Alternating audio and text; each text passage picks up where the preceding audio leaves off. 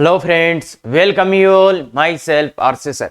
आज का अपना टॉपिक है पैराबोला का लेक्चर नंबर 4, जिसमें अपन देखेंगे बच्चे इसका पैरामेट्रिक पॉइंट और उससे रिलेटेड रिजल्ट्स।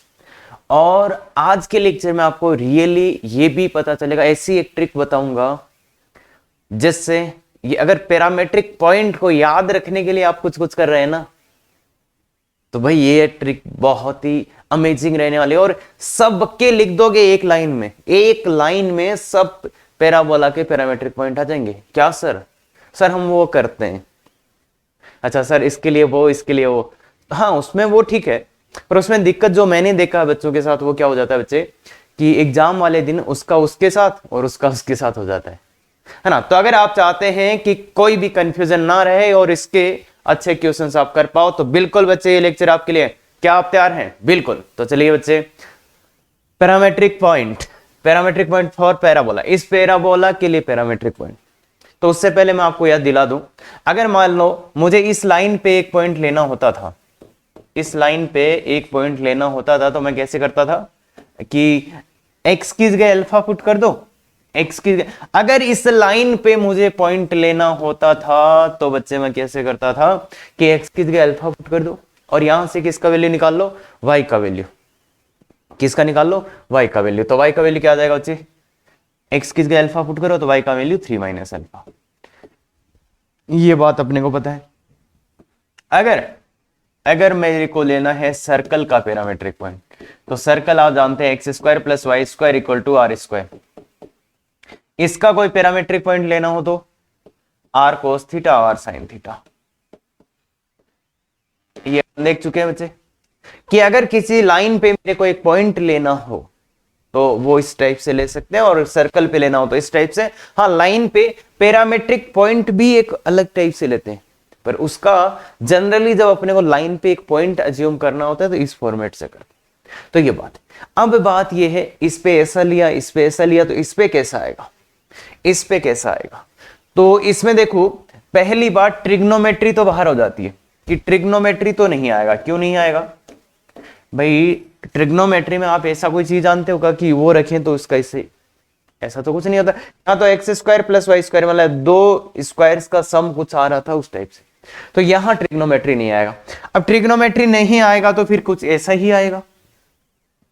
अगर मैं अब x की जगह अल्फा पुट कर देता हूं तो दिक्कत क्या है ना, y के कितने मान आ जाते हैं बच्चे? 4a alpha.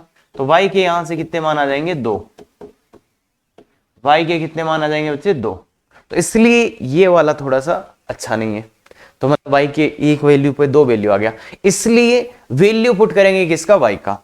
तो y का अल्फा पुट कर देंगे तो फिर क्या हो जाएगा? अगर y का वैल्यू अल्फा मान लेते हो, भाई इस वाले में अच्छा नहीं आ रहा ना ये, अरे प्लस माइनस, तो y का अल्फा रखने पे क्या आ जाएगा? α² = 4ax। तो x का मान आ जाएगा α²/4। मतलब हाँ ठीक आया है, एक ही वैल्यू आया है, पर बहुत अच्छा नहीं आया, क्योंकि ये देखो नीचे कुछ आ गया, α²/4 है, तो ऐसे नीचे इसके कुछ आ गया। तो ये तो समझ में आ गया, वैल्यू तो y का ही रखना है और x का निकाल लेना है। तो अब क्या अच्छा रखें कि ये ना आए? तो इसके लिए फिर जो फाइनल यहां पे होता है वो होता है बच्चे कि इसका पैरामेट्रिक ले लो आप, स्क्वायर वाले को 280 रखें। 280 स्क्वायर वाले को 280 रख दो, बस खत्म। स्क्वायर वाला कौन है यहाँ? y। तो y को अपन 280 रखेंगे। देखो y का वैल्यू स्क्वायर वाला यहाँ पे है y, तो उसको 280 रखो। तो y की जगह अगर आप 280 रखोगे तो देखो 280 का होल स्क्वायर = 4ax। तो ये 4a² t² = 4ax। ठीक है, 4ax। तो अब इस 4a से 4a को काट दो तो ये at² बच जाएगा। देखो इस बार अच्छा आ गया। तो अगर आप स्क्वायर वाले को 280 रख देते हैं, मतलब y को 280 रख देते हैं, तो फिर x का वैल्यू क्या आ जाता है? at²। तो ये अच्छा है। तो इसलिए इस पैराबोला के लिए पैरामेट्रिक पॉइंट क्या रहेंगे? at², 280, at², 280। तो ये तो सबको याद ही होगा, पर मैं एक साथ क्यों बोल रहा था कि ये याद नहीं होते, क्यों बकवास कर रहा था? अगर भाई एक ही पैराबोला होता तो याद रख लेंगे ना यार, सबका ही याद रखा है, इसका याद रखा है, तो इसका भी याद रख लो। y² = 4x, at², 280। कोई दिक्कत ही नहीं है। पर दिक्कत कहां शुरू होती है वो देखो, दिक्कत है parametric point for all parabolas. कितने पैराबोला हैं, कितने पैराबोला है भैया? पहला ये है sir Y square equal to 4ax, इसके लिए पैरामेट्रिक पॉइंट। फिर Y square equal to -4ax, इसके लिए पैरामेट्रिक पॉइंट। फिर X square equal to 4ay, इसके लिए पैरामेट्रिक पॉइंट। फिर X square equal to -4ay, इसके लिए पैरामेट्रिक पॉइंट। अच्छा, और भी कुछ कर सकते हैं। तो बच्चे अगर इन चारों का आप इधर उधर करके लिख रहे हो ना तो थोड़ा सा दिक्कत हो सकता है। इसलिए मैं एक बात बता देता हूं, स्क्वायर वाला इक्वल टू स्क्वायर वाला इज इक्वल टू 280। आपका वैल्यू हमेशा ही सही आ जाएगा। और इनफैक्ट आप देखते ही लिख सकते हो, मतलब इसका पैरामेट्रिक पॉइंट बताओ किसको 280 रखूंगा मैं? इसमें स्क्वायर वाला कौन है, एक्स या वाई? Y sir, Y. तो वाई को 280 रख दो। अगर आपने y को यहां पे 280 रखा है तो x का वैल्यू कितना आ जाएगा? x का वैल्यू कितना आ जाएगा? 80 स्क्वायर। अभी भी निकाला था अपन। ऐसे ही इसका पैरामेट्रिक पॉइंट लिखना है तो p किसको? स्क्वायर वाला 280। स्क्वायर वाला कौन है यहां? स्क्वायर वाला तो फिर भी y है, तो y को 280 रख देते हैं। y को 280 रखेंगे। अब x का वैल्यू निकाल लेते हैं। देखो बच्चे, y स्क्वायर -4x, तो स्क्वायर वाले को 280 रख दो, तो 280 का whole square is equal to -4a into X. तो देखो बच्चे 284a square T square equal minus X equal to क्या आ जाएगा? -80 स्क्वायर। तो -80 समझ रहे हो? तो स्क्वायर वाले को 280 रख दो, अपने आप आ जाएगा। और वो भी अपन देखो एक बात और बता देते हैं, इसमें स्क्वायर वाला कौन है? एक्स स्क्वायर वाला है। एक्स स्क्वायर है तो 280 रखो और वो 80 स्क्वायर आ जाएगा, देख लो। और इसमें कौन है बच्चे? एक्स ही स्क्वायर वाला है तो 280 -80 स्क्वायर। क्या ये बात समझ में आती है? क्या ये बात समझ में आती है? बहुत ही सिंपल सी बात है बच्चे, स्क्वायर वाले को 280 रख दो। अगर ये स्टेटमेंट याद रह गया, और दूसरे वाले का वैल्यू क्या आएगा? अदर विल बी या तो +80 स्क्वायर या फिर -80 स्क्वायर। और जो दूसरे का वैल्यू आएगा वो तो प्लस का 80 स्क्वायर आएगा, या तो फिर माइनस का 80 स्क्वायर आएगा। वो समझ ही जाओगे यार, अगर यहां माइनस है तो माइनस है, नहीं तो प्लस। तो ये याद तो सबको रहते हैं 80 स्क्वायर 280, पर दिक्कत क्या होता है बच्चों में, जो मैंने देखा वो होता है कि इसका इसके चिपका दिया, इसका इसके चिपका दिया, या इस माइनस की जगह इधर माइनस लगा दिया। तो इसलिए अगर ये प्रॉब्लम आपको भी थी तो आज के बाद नहीं होनी चाहिए। क्या बच्चे समझ गए? स्क्वायर वाला इज इक्वल टू 280, खत्म। पर वाले का प्राचलिक किसी का भी लिखवा लो ना। हाँ, अब सर इसका आ जाए तो, सर इसको लिखना आ जाए तो भाई इसका भी ऐसे ही लिखेंगे। स्क्वायर वाला कौन है? ये, इसका 280, तो इसका भी लिखेंगे 280 कॉमा भाई स्क्वायर वाला ये ना वाई वाला, तो यहां 280 और यहां 80 स्क्वायर। बस ये किसके वैल्यूज है? ये किसके? एक्स का वैल्यू नहीं है, ये किसका वैल्यू है बच्चे? एक्स माइनस अल्फा का। ये किसका वैल्यू है? वाई माइनस बीटा का। तुम्हारे प्रोसेस याद है ना? ये वैल्यूज हैं पर किसके? एक्स माइनस अल्फा और वाई माइनस बीटा। तो एक्स वाई के वैल्यूज क्या आ जाएगा बच्चे? अल्फा प्लस 80 स्क्वायर और कॉमा बीटा प्लस 20। तो इसको याद रखने की कोई जरूरत नहीं है। लिखना सिखाया हुआ क्या मेरा? अरे लिखना सिखाया हुआ ना। ये अगर ये आता तो क्या करना है? ये वैल्यूज लिखो भाई, इसको ऐसे लिख लो। इसको ऐसे ट्रीट करते हैं ना अपन, y square equal to 4ax। खत्म। तो ये वैल्यूज लिख लो। उसके बाद अच्छा यहाँ x की जगह क्या था? x minus alpha. तो ये वैल्यू जो आया है वो किसका है? x माइनस अल्फा का, ये y माइनस बीटा। तो बस खत्म। तो पैरामेट्रिक आपको दिक्कत नहीं करना चाहिए आज के बाद। और देखो बच्चे, पैरामेट्रिक पॉइंट अपन लेते कब है? सर ऐसा आ जाए कि ये एक कर्व है, उसके ऊपर एक पॉइंट है और उसके बाद उसके साथ कुछ हो रहा है, तब अपन पैरामेट्रिक पॉइंट बच्चे अज्यूम करते हैं। या कहीं ऐसा जरूरत पड़ गया, अच्छा इस कर्व के ऊपर एक पॉइंट था, उसके बारे में आगे कुछ भी कर रहा है, तो या कभी पॉइंट अपने को अज्यूम करना हो तो अपन पैरामेट्रिक पॉइंट। तो पैराबोला पे इस पे कोई पॉइंट अज्यूम करना हो तो सबसे सिंपल ये वाला अज्यूम कर ले। अब ये पॉइंट ऐसे ही क्यों लिखे? और भी तो तरीके आ सकते थे। तो ये इसलिए बच्चे की जो आगे इनके रिजल्ट्स आएंगे वो भी थोड़े अच्छे आए, तो ये सोच समझ के लिखे भाई किसी ने। अपन तो याद करने के तरीके देख रहे हैं कि कैसे याद रखा जाए, है ना? तो ये भी ध्यान होना चाहिए, बिल्कुल। तो आगे आइए बच्चे, पहला क्वेश्चन बहुत ही गजब क्वेश्चन है। Find locus of mid point of chord passing through vertex of parabola.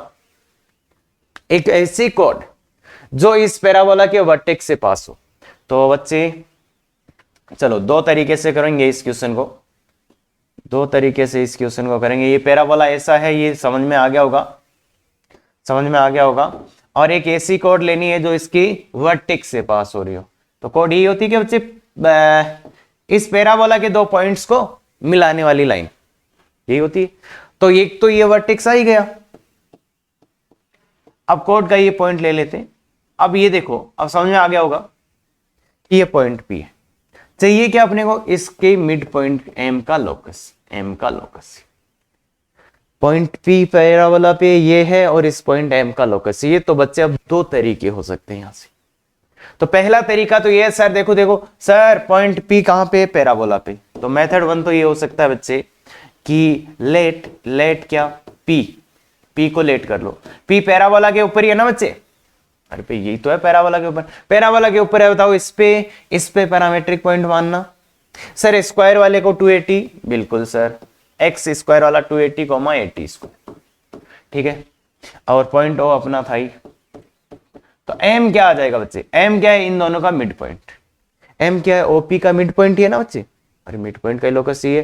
तो ओपी एम इसका मिड पॉइंट है, तो ये 80 स्क्वायर बाई 2 मिड पॉइंट तो आ ही जाएगा बच्चे। इसको एच कोमा के मान लेते, इसको एच कोमा के मान लेते, तो एच इक्वल टू 80 और के is equal to 80 square by 2।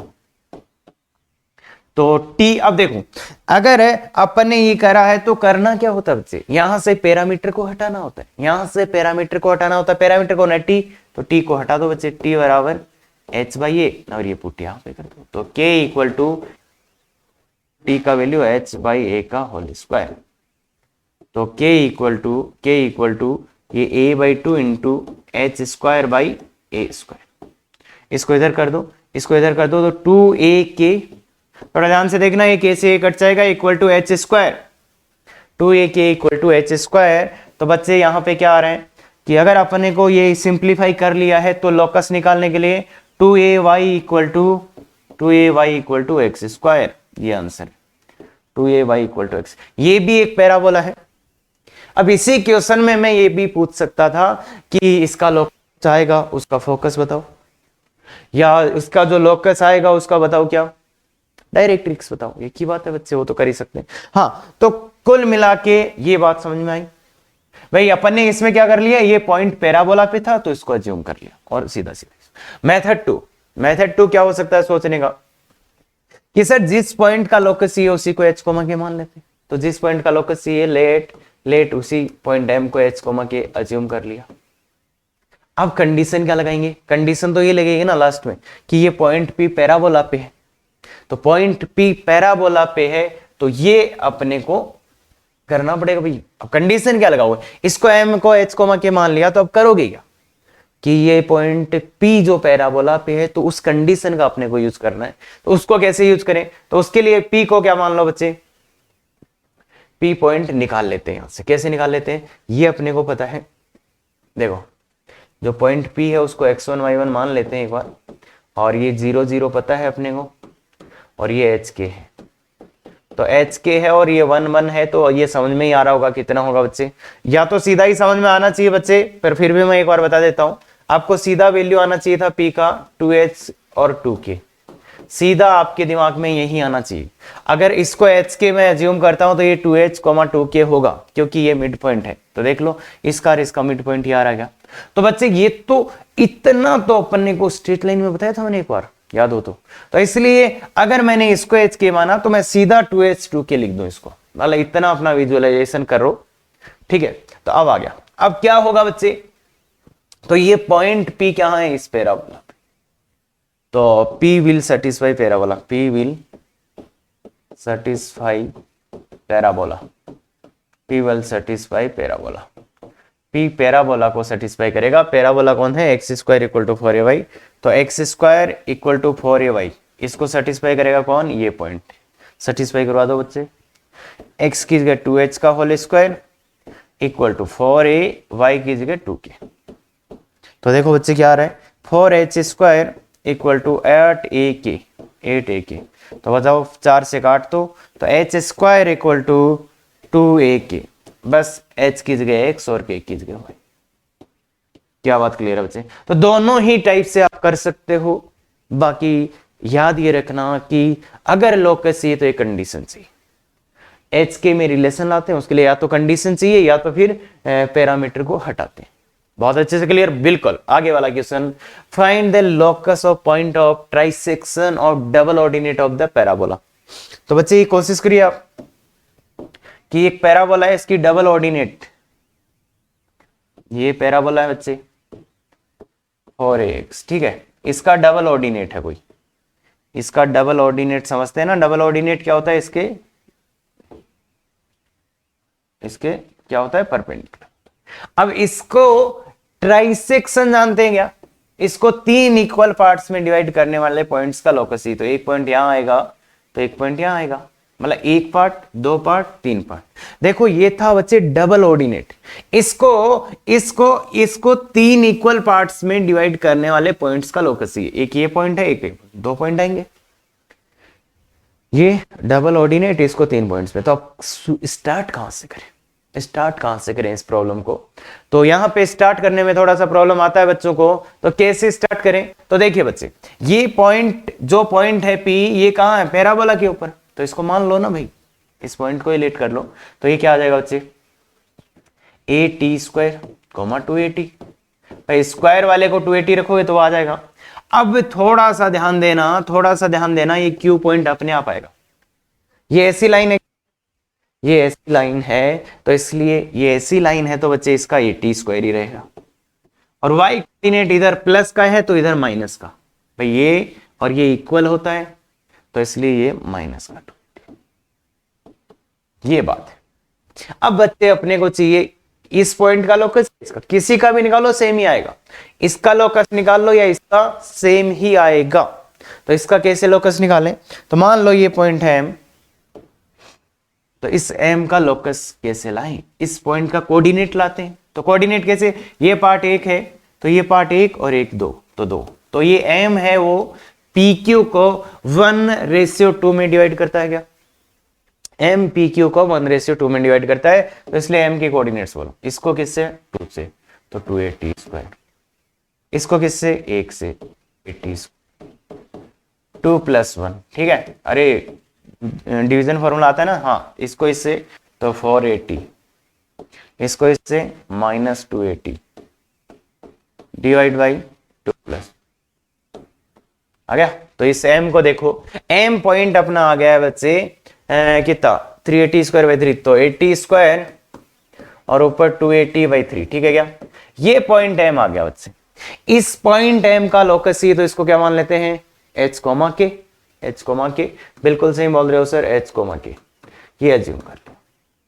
तो h बराबर क्या आ गया बच्चे? h बराबर आ गया 80 स्क्वायर, k बराबर क्या आ गया? 280/3, h ये आ गया, k ये आ गया, h और k आ गया। अब यहां से लोकस, मतलब h और k में रिलेशन लाना होता है, तो t को हटा दो, t का वैल्यू कितना आ रहा है? 3k/2a। इसको इधर पुट करो, तो इधर पुट करोगे तो h बराबर क्या आएगा? a इंटू टी स्क्वायर, तो 3k/2a का होल स्क्वायर। तो इसलिए बच्चे ये देखो ध्यान से, h बराबर a into 9k² upon 4a square. थोड़ा काटा पीटी कर दो a से, और ये आ जाएगा 4ah इक्वल टू 9k²। तो ये आ गया 4ax। समझ गए बच्चे?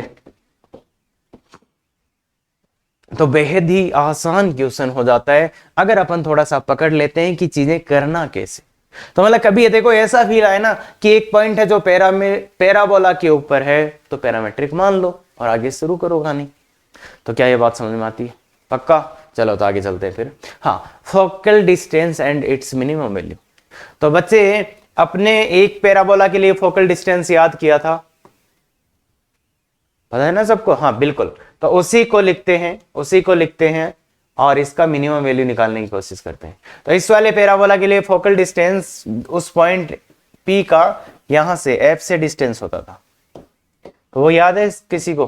PF equal to a + x, याद हुआ? और XY ये पॉइंट होता था, भाई a प्लस एक्स मतलब इसका एक्स कोऑर्डिनेट। अब अपन पैरामेट्रिक पॉइंट पे जानते हैं तो ए टी स्क्वायर कॉमा 280, तो इसलिए a plus A T square, इसको अपन पीएफ को ऐसे भी लिख सकते हैं। अब पीएफ का देखो एक ध्यान से देखो, अपन a into 1 plus T square, अगर इसका मिनिमम वैल्यू निकालना हो, पीएफ का मिनिमम वैल्यू निकालना हो तो वो कितना होगा, देखो बच्चे ये तो कांस्टेंट, ये भी कांस्टेंट, ये अब इसका मिनिमम वैल्यू कितना होगा, तो टी स्क्वायर का मिनिमम वैल्यू कितना होता है 0, तो इसलिए ए प्लस 0, तो ये आ जाएगा पीएफ मिनिमम ए आएगा जब टी स्क्वायर क्या हो 0। अब टी स्क्वायर 0 होने का मतलब क्या हो गया, टी 0, टी का मानो 0 होने का मतलब ये पॉइंट क्या हो गया 0,0, तो मतलब ये जब पी 0,0 या परवलय का शीर्ष हो, मतलब ये शीर्ष हो, मतलब शीर्ष, तो ये मिनिमम कब आएगा, मिनिमम कब आएगा जब ये पॉइंट भी कहां आ जाए, इसके शीर्ष पे आ जाए, तो मिनिमम वैल्यू मतलब तो क्या है, परवलय पे ऐसा कौन सा बिंदु है जो इसकी नाभि से मिनिमम डिस्टेंस पर है, पैराबोला पे ऐसा कौन सा पॉइंट है बच्चे जो इसकी फोकस से मिनिमम डिस्टेंस पे है, जो इसकी फोकस से मिनिमम डिस्टेंस पे है, तो वो पॉइंट कौन सा है, इसका वर्टेक्स। तो याद रखना ऐसा पॉइंट जो पैराबोला की फोकस से मिनिमम डिस्टेंस पे है वो है इसका फोकस। क्या ये बात क्लियर है? तो ध्यान से सुनो कि पैराबोला का ऐसा point which is nearest to the focus is vertex of the parabola. बहुत ही अच्छा एक रिजल्ट है बच्चे, बहुत ही अच्छा रिजल्ट है। क्या अपन कर सकते हैं? बिल्कुल। तो चलिए बच्चे आगे चलते हैं। हाँ, फाइंड इक्वेशन ऑफ सर्कल, बहुत ही अच्छा क्वेश्चन है और ये 3 बार आएगा। एक बार सर इसके पैराबोला के लिए, एक बार इलिप्स, एक बार हाइपरबोला के लिए, और काफी अच्छा क्वेश्चन है और ये होता ही नहीं है बच्चों से, तो इसलिए ध्यान से सुन लो। Find equation of circle whose centre on the focus of parabola, इस वाले के फोकस पे है, and which touch the parabola.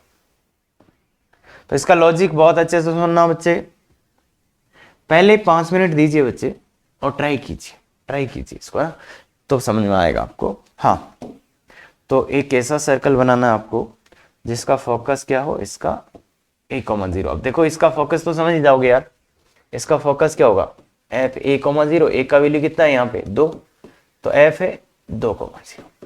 अरे भाई समझ गए ना, y square equal to 4ax है, a का मान 2 है यहाँ पे, तो 2,0, तो ये इसका फोकस है। अब इस पे एक ऐसा सर्कल बनाना है बच्चे जो इस पैराबोला को टच करे। तो सबसे पहले शुरू करते हैं, एक छोटा सा सर्कल बनाया, ये तो टच नहीं कर रहा भाई, एक छोटा सा सर्कल बनाया जो कि इस पैराबोला को टच नहीं कर रहा, तो अब क्या करें? अगर पैराबोला को टच नहीं कर रहा तो क्या करेंगे?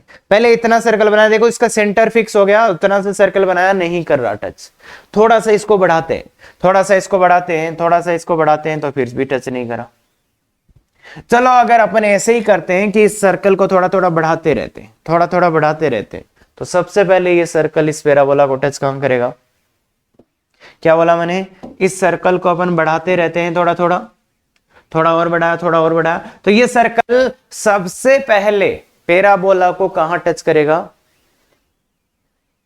हाँ सही बोल रहा, उस पॉइंट पे जो पॉइंट इसकी फोकस से मिनिमम डिस्टेंस पे हो। ये सर्कल सबसे पहले पैराबोला को कहां टच करेगा? उस पॉइंट पे जो पॉइंट इस फोकस के सबसे नियरेस्ट हो, तो वो सर्कल कहां टच करेगा? यहां टच करेगा। यहां हालांकि लग नहीं रहा, लग ऐसा रहा कि अपन ने जबरदस्ती टच करवाया है, पर ये रियलिटी है बच्चे, है ना? ज्यादा ही हो गया। चलो ठीक है यार, थोड़ा सा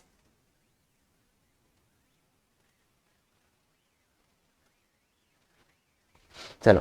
तो देखो बच्चे, जो फोकस को सेंटर मान के सर्कल बनाओगे वो पैराबोला को सबसे पहले कहां टच करेगा? वर्टेक्स पे। क्यों करेगा? क्योंकि पैराबोला का वर्टेक्स उसके फोकस से सबसे पास में होता है। तो ये ध्यान रखना, अगर आपने पैराबोला के फोकस को सेंटर लिया है, तो बच्चे जो सर्कल बनाओगे वो सबसे पहले पैराबोला को टच कहां करेगा? फोकस पे। क्या बात क्लियर है? तो इसलिए इसका तो बहुत ही आसान हो गया। सेंटर तो आ गया, सेंटर क्या आ गया 2,0, रेडियस क्या आ गया, रेडियस इस एफ को और रेडियस कितना आ गया, रेडियस क्या आ गया OF, तो रेडियस OF का वैल्यू दो, तो सर्कल क्या आ जाएगा, सर्कल क्या आ जाएगा बच्चे x-2 का होल स्क्वायर प्लस y-0 का होल स्क्वायर इक्वल टू 2 का स्क्वायर। अरे भाई रेडियस सेंटर रेडियस फॉर्म से लिख दिया तो ये आंसर। यहां तक किसी को कोई प्रॉब्लम? और मैंने किस लॉजिक से समझाया, इसी लॉजिक से सब क्वेश्चंस होंगे। तो ये छोटा सा सर्कल बनाया, फिर बड़ा किया, फिर बड़ा किया, तो लॉजिक क्या लगा कि पैराबोला को ये सबसे पहले किस पॉइंट पे टच करेगा, उस पॉइंट पे टच करेगा जो इस फोकस के पास में हो। तो इसलिए सबसे पहले अभी भी देखा था फोकस के पास में पॉइंट कौन सा है, ये। अब देखो इसका दूसरा वेरिएशन है, वो ध्यान से सुन लो। अगर मैं अभी बोलता centre of circle, centre of circle बोल देते हैं, सेंटर ऑफ सर्कल अगर मैं आपको दे देता कि 3,0 है, तो और एक ऐसा सर्कल का इक्वेशन लिखो जो इस पैराबोला को टच करे, तो क्या फिर वो इस पे टच करता? नहीं। फिर अपने को क्या करना पड़ता, फिर अपना देखो सेंटर तो यहां आ गया कहीं 30, फिर एक पॉइंट अपने को P लेना पड़ता 80² 280, तो 80² 280 ठीक है, 80²।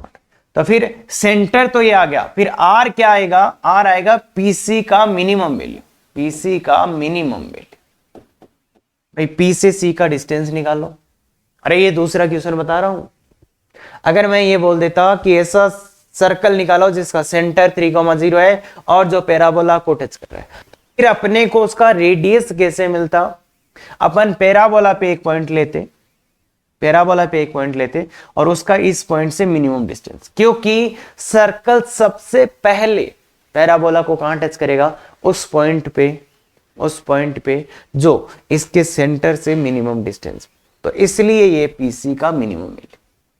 ध्यान रखना, ये बहुत गजब का कंसेप्ट है। और ऐसे क्वेश्चंस देखो अभी मैं करा सकता था, पर एलिप्स हाइपरबोला मैंने पहले भी बोला है कि ये तीनों टॉपिक अगर आप देखोगे ना तो मैं कंप्लीट सेट ऑफ क्वेश्चंस इसमें कराऊंगा, रिपीट नहीं करेंगे ज्यादा ना। तो इसलिए देखो R = PC मिनिमम। थोड़ा सा समझने की कोशिश करो। ऐसा सिचुएशन है भाई, अगर आपने 3,0 पे ऐसे लिया, ये मान लो आपका सेंटर है, तो ऐसा छोटा सा बनाओ, फिर ऐसा बनाओ, फिर ऐसा, तो सबसे पहले ये टच कहां करेगा, सबसे पहले टच कहां करेगा, उस पॉइंट पे जिसके इसके सेंटर से डिस्टेंस कम, तो इसलिए ये PC मिनिमम आता है। तो यही लॉजिक होगा। बाकी ध्यान रहे यहां पे वो D = 0 रो काम नहीं करेंगे। क्यों? क्योंकि ये क्वाड्रेटिक नहीं होता, ये 4 डिग्री का इक्वेशन बन जाता है, इसलिए यहां पे D = 0 काम नहीं करेगा। गलती से एग्जाम में मत लगा लेना। ध्यान रखना, ये बहुत ही गलत चीज है। हाँ, find the point on the parabola whose focal radius is 6। Focal radius, अच्छा focal distance focal radius same ही बात होती है। और फोकल रेडियस का नाम आते ही क्या आना चाहिए, क्या आना चाहिए? अगर इस वाला पैराबोला होता तो क्या आना चाहिए, अगर ये वाला पैराबोला होना था तो इसी के लिए याद है, और तो कुछ याद ही नहीं है अपने को। तो फोकल रेडियस क्या होता है बच्चे, फोकल डिस्टेंस या फोकल रेडियस = a+x। तो ये होता है a+x। अब ये पैराबोला ये वाला नहीं है, तो ये वाला नहीं है, तो भाई थोड़ा सा अच्छा कर लेते हैं। तो इसको देखो, ये शिफ्टेड पैराबोला है, समझ में आ रहा है क्या? क्यों है शिफ्टेड? ये शिफ्टेड पैराबोला है क्यों? क्योंकि y में क्वाड्रेटिक है और x में लीनियर, तो शिफ्टेड है। तो शिफ्टेड है तो उसमें तो परफेक्ट स्क्वायर बनाते हैं अपन, ये समझ में आ ही रहा होगा। ये परफेक्ट स्क्वायर 4 कॉमन लेना पड़ेगा, x + 1/4। ये समझ में आया 4 क्यों कॉमन लिया? क्योंकि ध्यान देखो, ये जो बनाते हैं ना अपन, x और y के कोफिशिएंट 1 1 होने चाहिए, तो ये फिर आ गया y² = 4ax। और यहां पे अगर आप देखोगे तो a का वैल्यू भी 1 है, a का वैल्यू भी 1 है। तो इस वाले पैराबोला के लिए फोकल डिस्टेंस क्या हो जाएगा? तो PF = 6 तो था ही था, तो a का वैल्यू तो कितना है 1, प्लस x की जगह इसमें कितना आया है, x की जगह इसमें कितना आया है, x + 1/4। x की जगह क्या लिखोगे बच्चे, x + 1/4। अरे भाई ये पैराबोला होता तो ये डिस्टेंस होता, पर यहाँ पे शिफ्टेड है तो x की जगह क्या आया है यहाँ पे, x + 1/4 = 6। तो x = 5 6 में रहेगा 5 माइनस 1/4 दैट इज 19/4। तो x का वैल्यू आ गया 19/4। अब तुम मुझे ये बताओ उस पॉइंट का x कोऑर्डिनेट आ गया, पैराबोला पे एक पॉइंट निकालना है या पॉइंट्स निकालने हैं, उस पॉइंट का x कोऑर्डिनेट आ गया तो y पॉइंट कैसे लाए?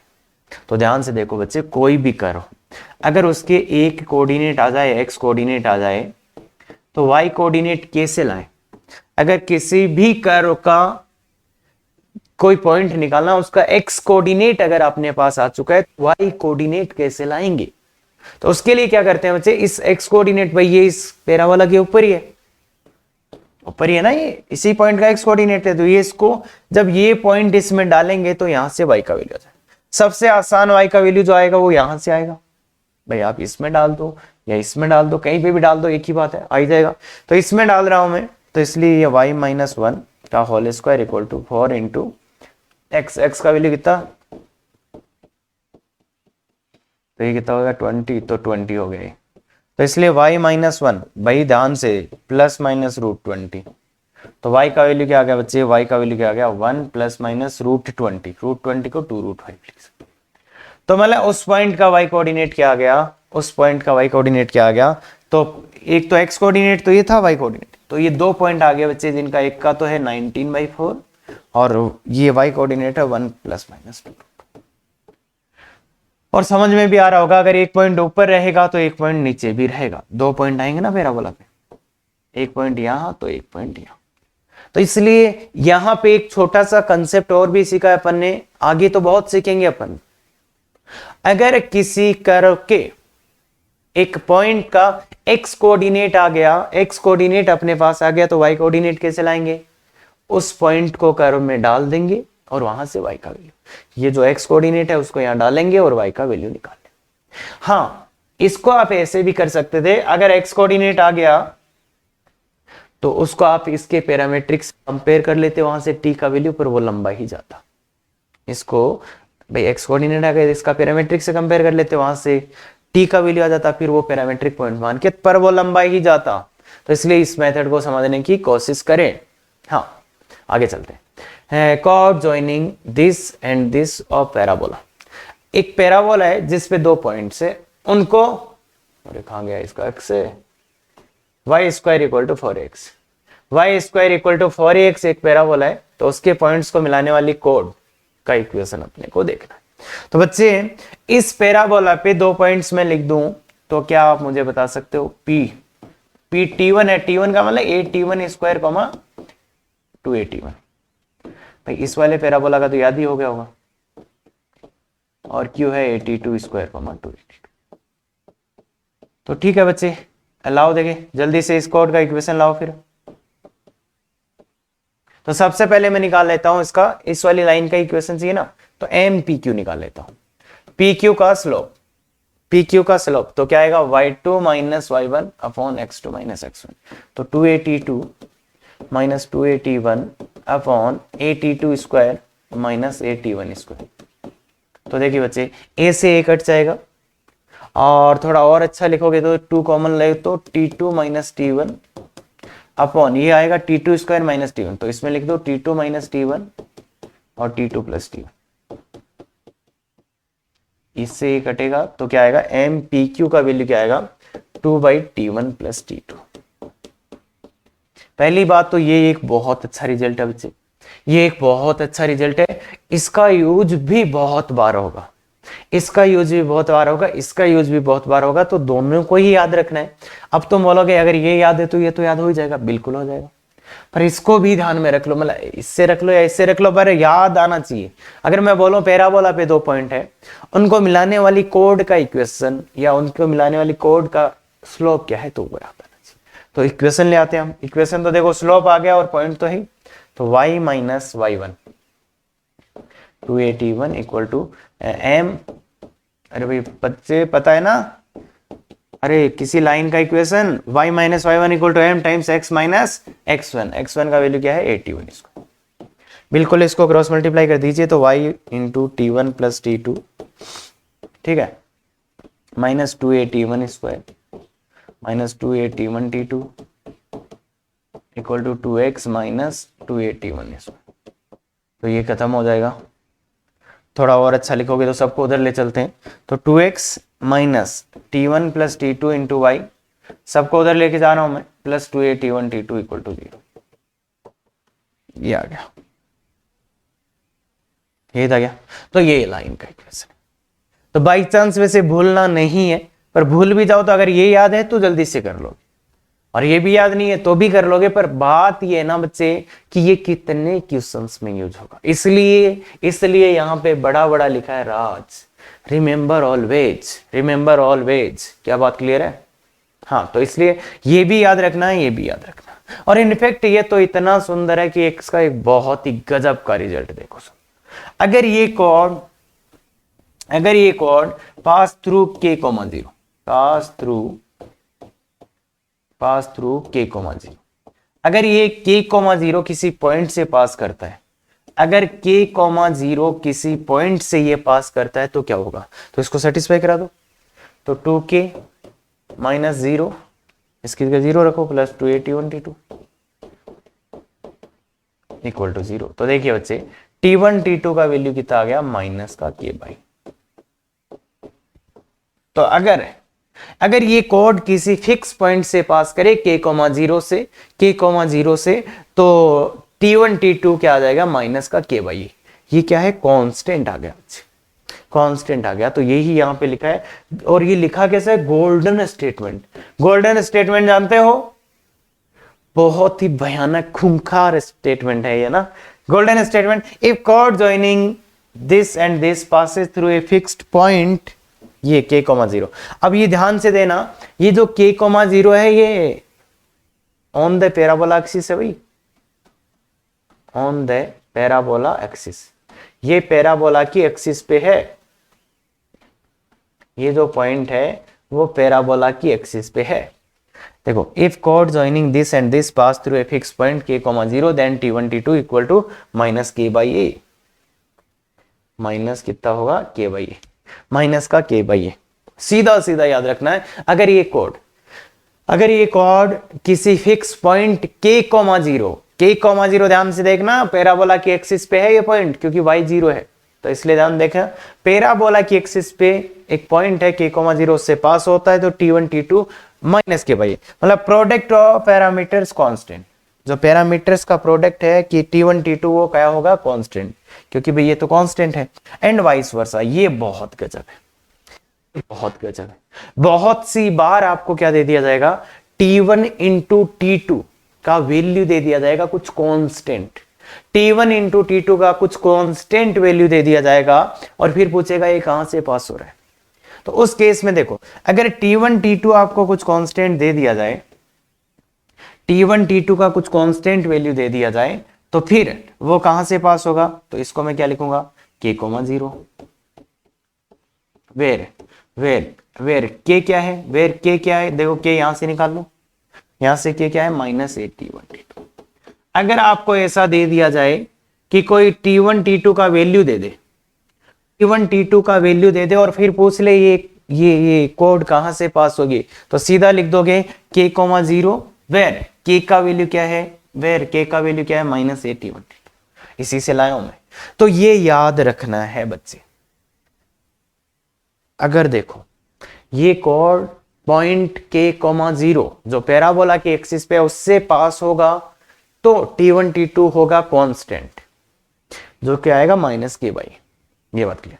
अब अगर किसी ने बोला t1 t2 कांस्टेंट है, तो अपन क्या बोलेंगे? ये कोड एक पॉइंट k, 0 से पास होगा, उस k का वैल्यू क्या आएगा? यहीं से निकाल देंगे। तो ये जो पूरा स्लाइड है ना बच्चे, बहुत बहुत बहुत इंपॉर्टेंट है, ध्यान से देख लो। एक चीज ये रही, 2 चीज ये रही, 3 चीज ये रही, और एक छोटा सा और। अगर अपन ये बोलें कि कोई पॉइंट है P और उसको पैराबोला के वर्टेक्स से जोड़ दें O से, तो MOP क्या होगा?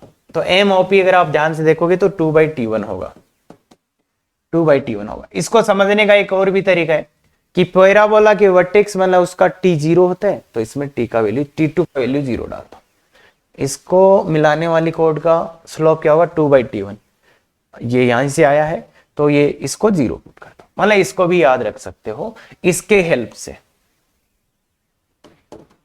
अच्छा, 2 पॉइंट्स को मिलाने वाली कोड का इक्वेशन, कोड का स्लोप क्या होता है, 2/t1 प्लस t2। अगर कोई बोले पैराबोला के ओरिजिन मतलब उसके वर्टेक्स को इससे मिलाने तो 2/t1। अब तुम बोलोगे सर अदर पैराबोलाज के लिए क्या होगा, अदर पैराबोलाज के लिए भी ये वैलिड है क्या, बिल्कुल नहीं है। सर उनका भी लिखेंगे क्या, बिल्कुल नहीं लिखेंगे, क्योंकि देखो क्वेश्चन 95% जो आता है अदर टॉपिक्स में वो क्वेश्चन आता है बच्चे केवल इसी वाले पैराबोला का, केवल इसी वाले पैराबोला। तो इसलिए याद रहे, इसके लिए तो अच्छे से याद रखेंगे। बाकी किसी के लिए आता है बाई चांस तो अपन फिर प्रोसेस लगाएंगे। क्या बात क्लियर है, बिल्कुल ठीक है। हाँ अब देखो क्वेश्चन पढ़ो बच्चे, क्वेश्चन पढ़ो।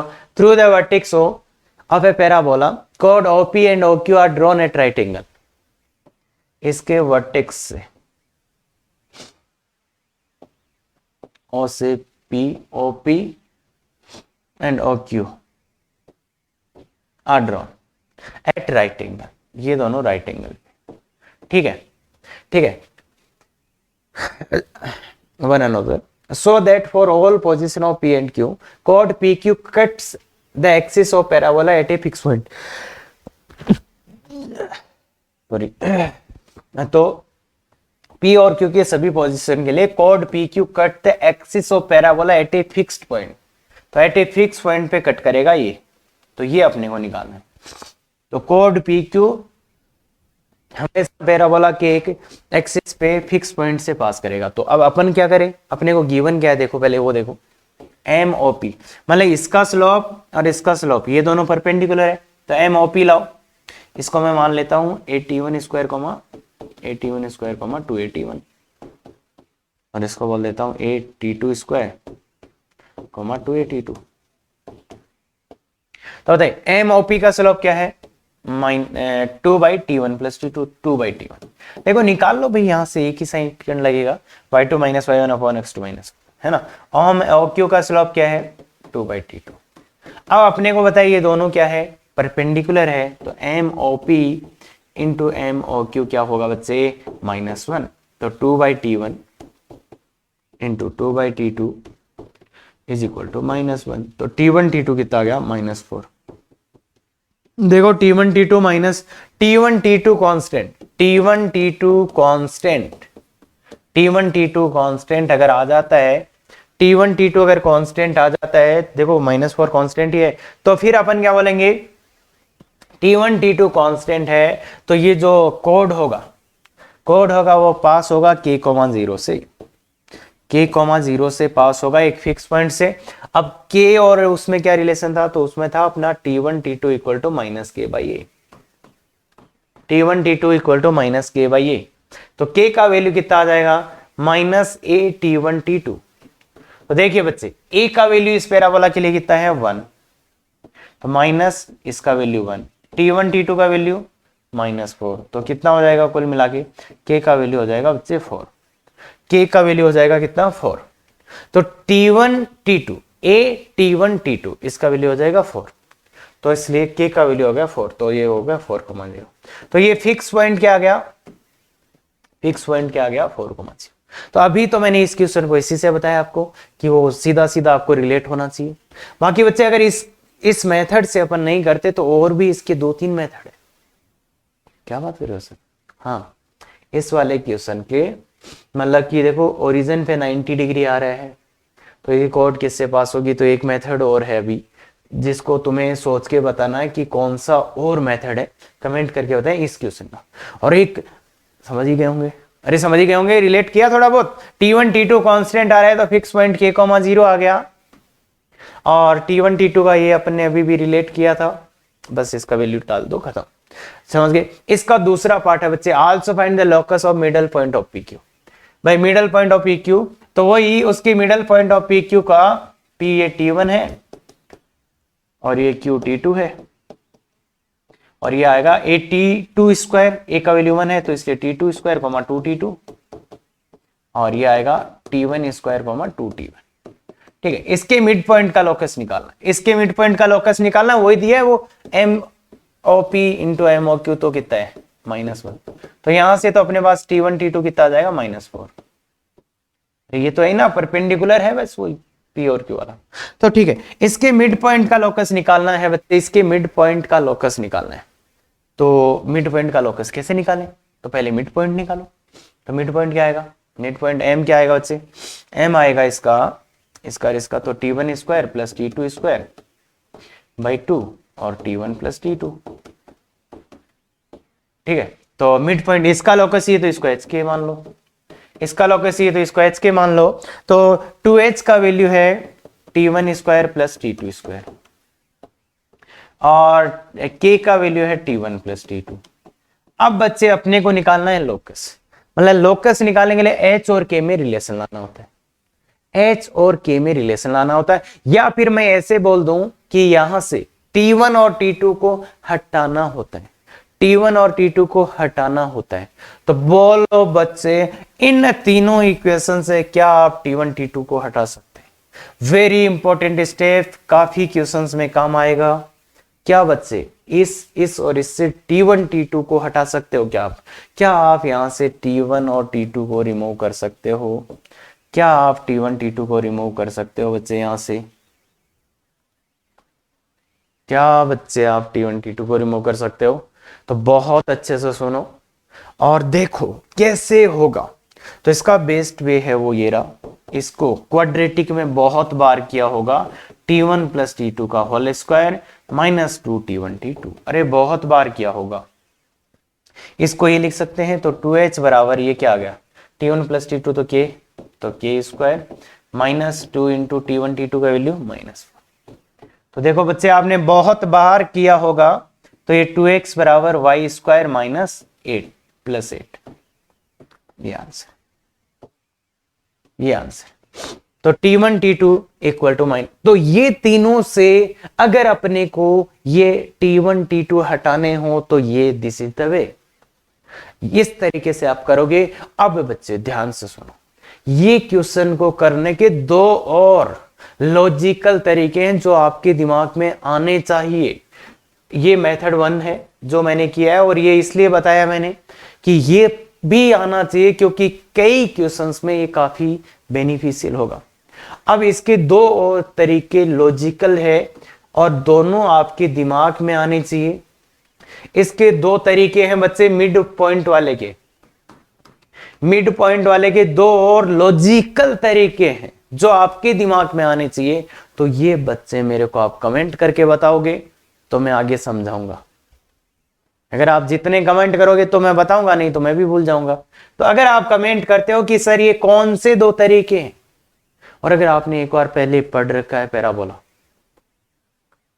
और पढ़ रखा हो या नहीं पढ़ रखा हो, आपके दिमाग में जरूर आने चाहिए। 15 मिनट सोच सकते हो कि ये दो और कौन से तरीके इस क्वेश्चन को हमें लगाने चाहिए सर, या लगा सकते हैं। तो बिल्कुल आप कमेंट करके बताओगे मेरे को।